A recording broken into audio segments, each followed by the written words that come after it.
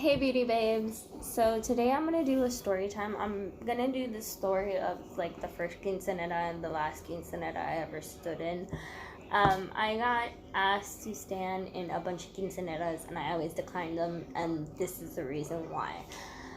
So, at one point in time, my family was living in Mexico, and we had lived in Mexico for quite some time. And I was asked to stand in a quinceanera for the first time.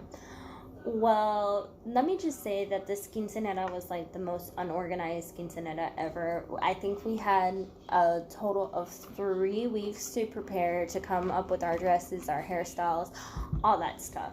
Um, Dance recitals were held at my house for some reason. Um, just like everything was done by my parents. Like my parents took most of the damas dress shopping, helped find most of the damas instead of like the quinceaneras parents doing it in themselves. So, excuse me. So the day of the quinceanera, all the damas were supposed to show up to the church, and we were supposed to watch like the quinceanera get crowned or whatever it's called. Do her communion and all that stuff. Well, so all of us show up to the church and we're waiting to go to the party itself. Well, the quinceanera supposedly had rented a limousine, but the limousine never showed up. So her cousin came to pick all of us up instead and was obviously drinking and driving. You could smell the booze on his breath and whatnot, but my parents had already left, so there was no way that I could call them back then. I didn't have a cell phone, so I was basically forced to ride with this person. He was supposed to take us straight to the party, but he took us through downtown Laredo, which is where I was living at the time, and we ended up hitting someone, and like all of us got super scared. We got out of the car freaking out. Police showed up. Like I didn't know what was going on because I spoke very little Spanish. I had probably been living there for maximum a year and a half, so I really didn't understand what they were trying to charge her cousin with and what they were trying to charge us with, because they were trying to charge us all for hitting the guy and all for basically drinking underage, even though we hadn't had any drinks. Well, this lady had stopped, and luckily she spoke English and she claimed to be my aunt, and she like pulled me aside and asked me like what's going on, and I told her, I was like, look, we're all standing in a quinceanera.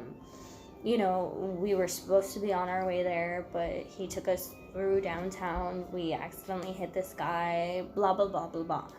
Well, she helps us basically work it out with the police. She tells us like, okay, I'm gonna take you to the party. We just gotta go to the hospital to make sure that this person checked in, make sure that they're okay and whatnot. So we ended up going to the hospital. Well, the person never ended up going because he himself was drunk. So we're waiting there and waiting there and waiting there and waiting there. Well, after like an hour and a half, like they let us go basically. So we go get the cousin's car out of the impound. They go home. The lady follows them home to make sure that they make it home safely. She takes us to the party. My dad and my mom were waiting outside of the party because they started getting scared because we hadn't shown up, and like it was hours and hours and hours that we hadn't shown up. And I just remember looking at them and crying my eyes out because I was so scared, and I was so glad to see my parents. And I just told them, like, I blurted everything out. I was like, look, we hit someone on the way here, and like, I want to go home. I didn't even want to perform. I just wanted to go home because it was like a super traumatic experience on me.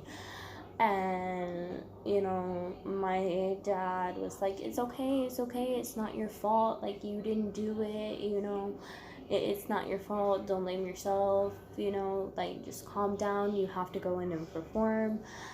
So I went in and I literally performed with tears in my eyes. And I remember, like, after our dance, just telling them, you know what, I don't even want to stay for the party. I just want to go home. I think we did stay a little bit longer after that, just for the fact that, you know, we didn't want to make the quinceanera herself feel bad because it wasn't her fault either. So we ate, and like, we waited for her to open her surprise gift and whatever. And then after that, we went home. I kept getting asked to participate in quinceaneras and like sweet 16s, and I always declined. And I never stood in one ever again, just because of how traumatized I was from it all. Now I kind of look back on it, and sometimes I do laugh because I'm like, oh my goodness, you know, just your luck, basically, you know, like, of course it would happen to you. But I'm just glad that, you know, we were all okay that night. And I'm just glad that we made it to our destination safely, and we were able to go home after that. But that is the reason why, if you've ever asked me to stand in a quinceanera or a sweet 16 or anything like that, I've always declined. It's not that I had anything against you, it was just, I was highly traumatized from that. Well, that's my first story time, y'all. I promise that the next story won't be as sad and as depressing. I was actually gonna do a story about the first time that I ever fell off of a four-wheeler, but I couldn't remember all the details, and I didn't want to leave out like any specifics or anything like that, in case somebody that was actually there that day watched. But bye, beauty babes.